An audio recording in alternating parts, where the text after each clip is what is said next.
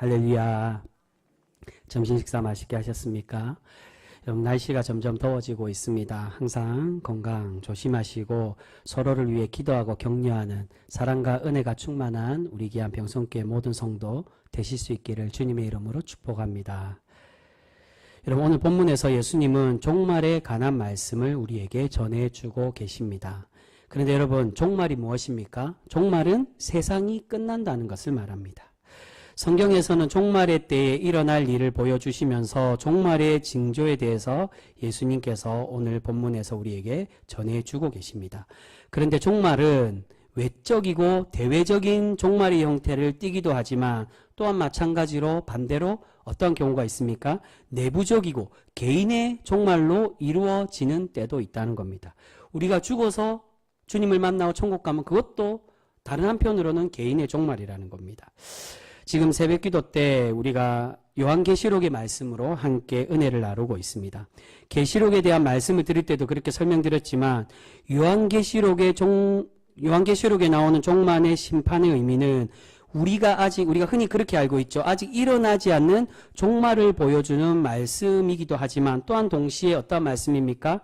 당시에 주님의 재림을 기다리고 희망을 가졌던 초대교회 성도들에게 주는 종말의 말씀이기도 하다는 겁니다. 사실 사도 요한이 진짜 그 당시에 이 말씀을 받고 자신이 은혜 받고 느꼈던 건 지금 현재 자신과 또한 자기가 반모섬에 숨어 들어간 게 아니라 유배되어서 들어간 것입니다. 반모섬에 이렇게 유배되고 그렇게 탄압받고 고난과 어려움 속에 있는 것처럼 많은 초대교회 성도들이 고난과 도미티안 황제와 죽음과 순교가 일어나는 가운데 그들에게 주시는 오늘날 하나님을 믿고 신앙을 끝까지 지키는 그 백성들에게 주시는 하나님의 구원의 메시지가 이 요한계시록이라고 믿고 있었다는 겁니다. 근데 그것만 있느냐? 그렇지 않고 그래서 이걸 대망이라고 말합니다. 그때만 있지 않는.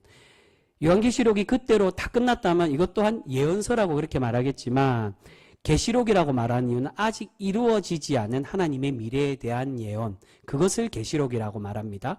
감춰진 것을 드러내 보이는, 점점 그 드러내 보이게끔 만드신다는 겁니다. 그렇게 과거에도 있었지만 동일하게 현재와 미래에도 일어난다는 겁니다.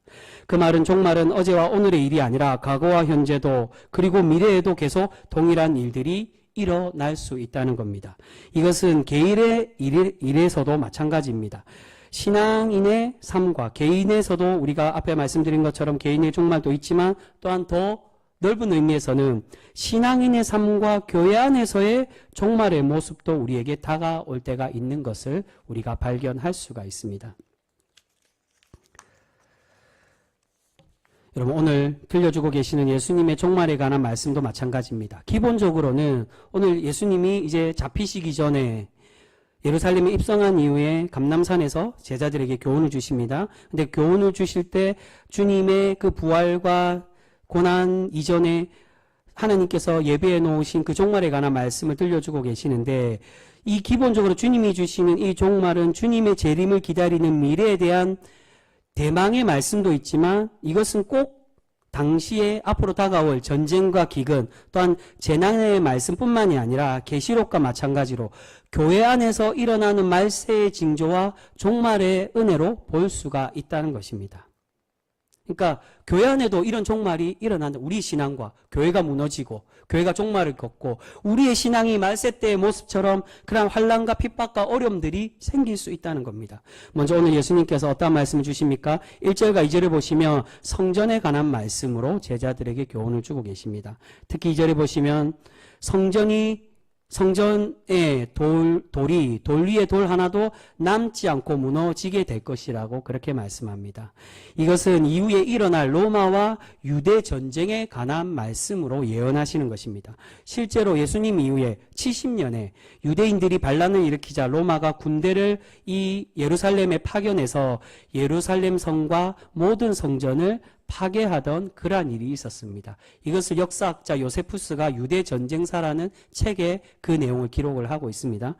그래서 지금 예루살렘에 가면 실제 지금 예루살렘에 가면 성전이 있던 자리에 모든 성전이 다 무너지고 벽 하나만 남아있는 것을 볼 수 있습니다. 정말 돌 하나도 없어진 건 아니지만 다 무너지고 벽 하나만 남았다. 그래서 이 벽을 무슨 벽이라고요? 통곡의 벽이라고 그렇게 부릅니다.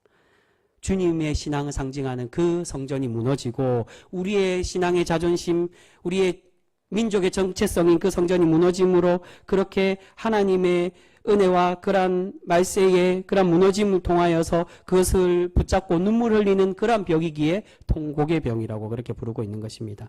그런데 성전이 외부의 공격, 이렇게 전쟁으로 인해 무너지기도 하지만 영적인 의미에서는 어떤 의미를 가지고 있습니까? 이 성전의 무너짐은 바로 하나님의 백성들의 제약을 통해 무너뜨리는 그러한 영적인 모습으로 우리에게 설명하고 있다는 겁니다.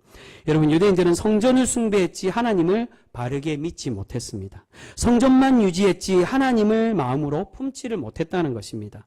그렇게 타락하고 부패한 백성들을 보시면서 예수님은 어떻게 말씀합니까? 요한복음에 보시면 너희가 이 성전을 무너뜨려 보라고. 그러면 며칠 만에 짓는다고요? 3일 만에 내가 지을 것이라고 말씀합니다. 이 말씀은 요나의 표적과 마찬가지입니다. 3일 만에 짓는다는 건 고난받는 예수님의 육체, 몸을 의미하고 있습니다. 히브리서에서 말씀하는 것처럼 땅의 성전은 모형에 불과한 것인데 원형의 성전이 어디에 있는 성전이라고 말합니까? 하늘에 있는 영원하신 성전, 즉 예수 그리스도가 우리의 참된 성전이 되심을 말씀하고 있습니다. 성전은 성전에서 제사를 드림으로 우리의 죄를 사함받는 그러한 장소입니다. 근데 그 성전이 부패하고 하나님께 진정한 제사 예배를 드리지 못하자 참된 성전의 모형이 예수님이 오셔서 우리를 어떻게 하십니까? 본인을 친히 하나님과 우리를 만나는, 화해시키고 만나는 장소로 그렇게 우리와 연결해 주시고, 또한 그곳에서 자신이 친히 흠없는 어린 양이 되셔서, 제물이 되셔서 우리와 하나님 사이의 죄를 그렇게 사하여 주고 계신다는 겁니다. 예수님 그분 자체가 진정한 성전이라는 겁니다.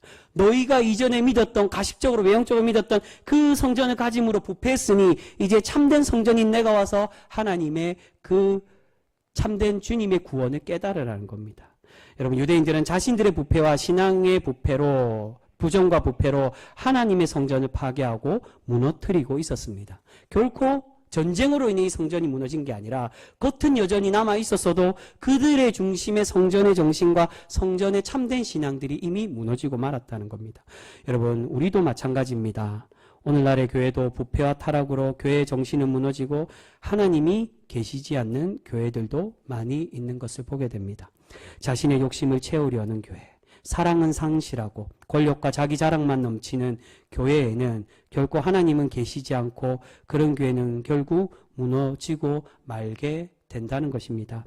여러분, 혹여 우리의 교회가 무너져가고 주님이 계시지 않는 교회로 변질되고 있지 않는지 우리는 분명히 돌아보고 반성해야 됩니다. 그리고 4절과 5절에 예수님께서 또한 이어서 말씀하십니다. 4절과 5절에 보시면 사람의 미혹을 받지 않도록 주의하고 많은 사람이 주님의 이름으로 와서 자신이 예수라고 유혹할 것이라고 말씀하십니다. 이 말씀은 11절에도 비슷하게 우리에게 말씀하십니다. 11절에 보시면 거짓 선지자가 많이 일어나 사람들을 미혹하게 된다는 것입니다. 여러분, 이 말씀은 말세 때 생기고 일어날 이단의 유혹을 표면적으로는 가장 기본적으로 의미하지만 또한 어떤 의미도 있겠습니까? 교회 안에 일어나는 잘못된 가르침과 잘못된 목회자의 모습으로도 나타나고 있다는 겁니다. 이전에 제가 부목사 시절에 그러한 일이 있었습니다. 새로운 교회의 부교육자로 부목사로 부임을 해서 그 교회의 중고등부를 맡아서 교육하게 되었는데, 전에 담당하던, 제가 와서 부임하기 전에 제 직전에 이제 다른 곳으로 간 그 부서를 담당했던 부교육자가 자신의 신격화해서 학생들을 현혹시키는 그러한 일이 있었습니다. 자신을 영적 아버지라고 말하면서 자신을 아버지라고 부르라고 아이들에게 세뇌를 시켜서 그렇게 불림을 받았다는 거예요. 실제로 그 아이들이 그 목사님을 떠났는데도, 제가 부산에서 사역할 때 일입니다. 대구까지 생일이 되면 찾아가서 그 목사님을 아버지라고 그렇게 부르는 그러한 것들을 제가 직접 들었습니다. 여러분, 전에도 말씀드렸지만 목사는 영적 아버지가 아닙니다. 영적인 지도자, 영적인 스승은 될 수 있지만 영적 아버지는 오직 누구라는 겁니까? 우리 하나님 한 분밖에 없다는 겁니다. 그런데 자신을 영적 아버지라고 말하는 것은 결국 자신을 우상화하고 자신이 하나님이라고 말하는 것과 같은 것일 수밖에 없습니다.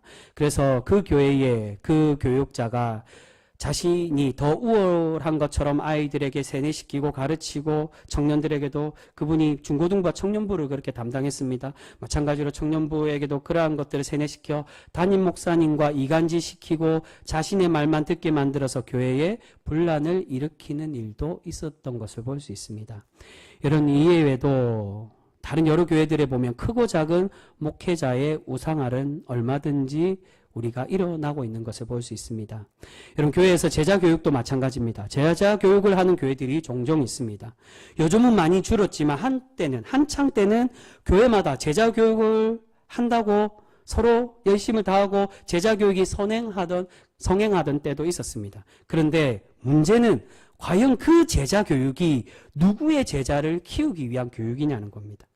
말은 예수님의 제자, 주님의 제자를 키운다라고 말하지만 실상 그 교육의 내용을 듣고 자세히 들어가 보면 누구의 제자가 되기를 원한다는 겁니까? 목사의 제자가 되기를 원한다는 겁니다.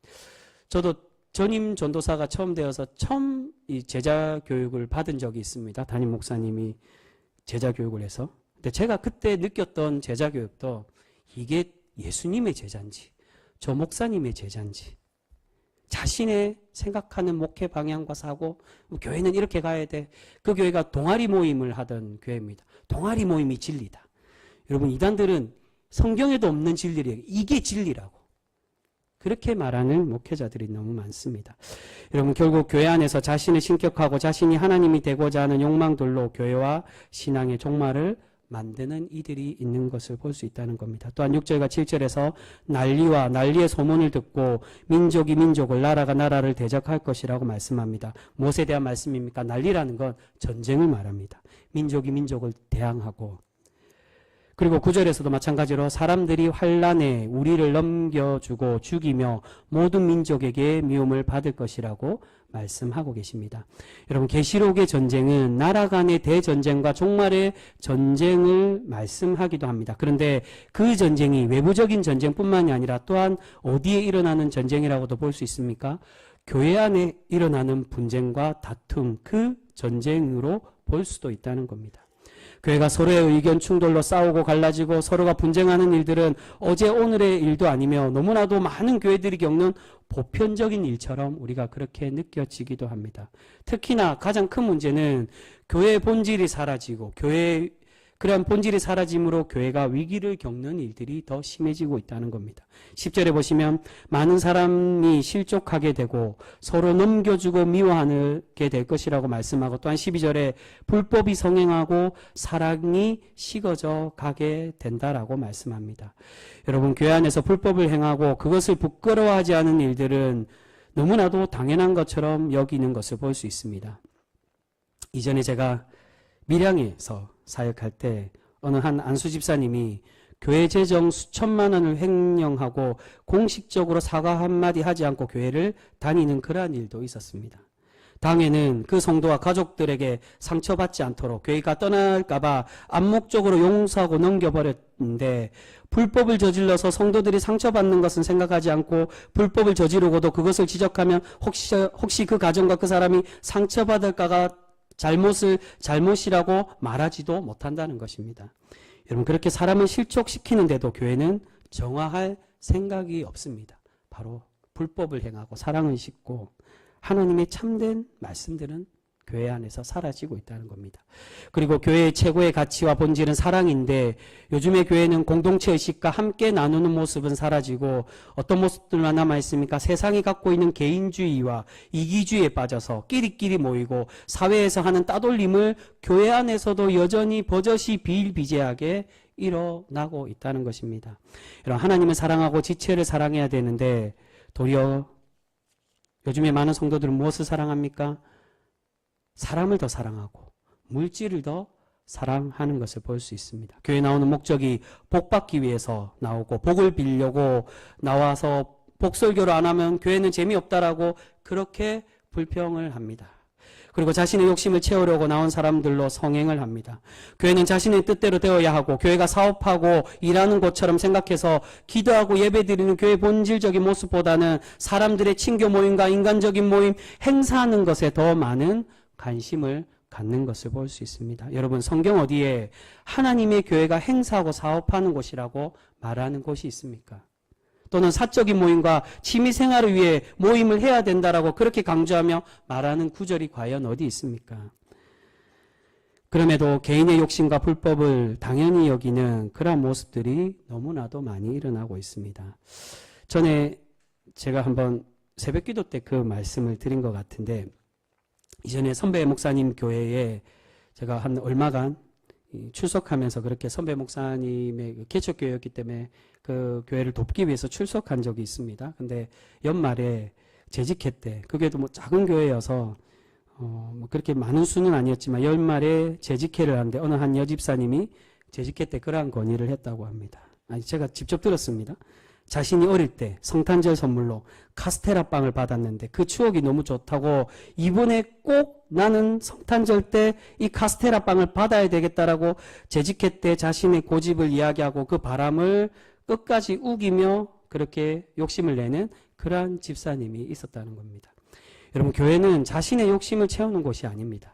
자신이 생각하는 교회 이미지를 관철시키고 만드는 것이 아니라 하나님께서 원하시고 하나님께서 세워가시고자 하는 교회의 모습이 있는데, 내가 생각하는 교회의 모습을 주장하면 결국 그 교회는 무너지고 종말의 때를 맞고 말게 된다는 것입니다.